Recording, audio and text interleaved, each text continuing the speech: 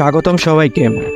আজ আমি ভ্রমণ করব চাঁদপুর জেলার একটি চমৎকার উপজেলা মতলব উত্তর। মতলব উত্তর উপজেলার আয়তন প্রায় 261.56 বর্গ কিলোমিটার।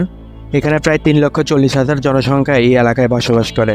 এখানে 14টি ইউনিয়ন পরিষদ রয়েছে যা স্থানীয় প্রশাসনিক কার্যক্রম পরিচালনা করে থাকে। 1971 সালে মহান মুক্তিযুদ্ধের সময় মতলব উত্তর উপজেলার মানুষ সাহসিকতার সাথে যুদ্ধ করে এবং বাংলাদেশের স্বাধীনতা অর্জনে গুরুত্বপূর্ণ ভূমিকা পালন করে। তাদের আত্মত্যাগ ও বীরত্ব আমাদের জাতির ইতিহাসে চিরস্মরণীয়। মতলব উত্তরের প্রকৃতির সৌন্দর্য আপনাকে মুগ্ধ করবে। এখানকার বিস্তৃত সবুজ ধানক্ষেত, নদী আর বনভূমি প্রকৃতির এক অনন্য রূপ প্রকাশ করে। পশ্চিমে বয়ে যাওয়া মেঘনা নদী এখানকার মানুষের জীবনের প্রধান শিরা। নদীর তীরে বসে থাকা মৎস্যজীবীদের নৌকা আর পানির চলাচলের শব্দ যেন প্রকৃতির এক মোহনীয় সঙ্গীত।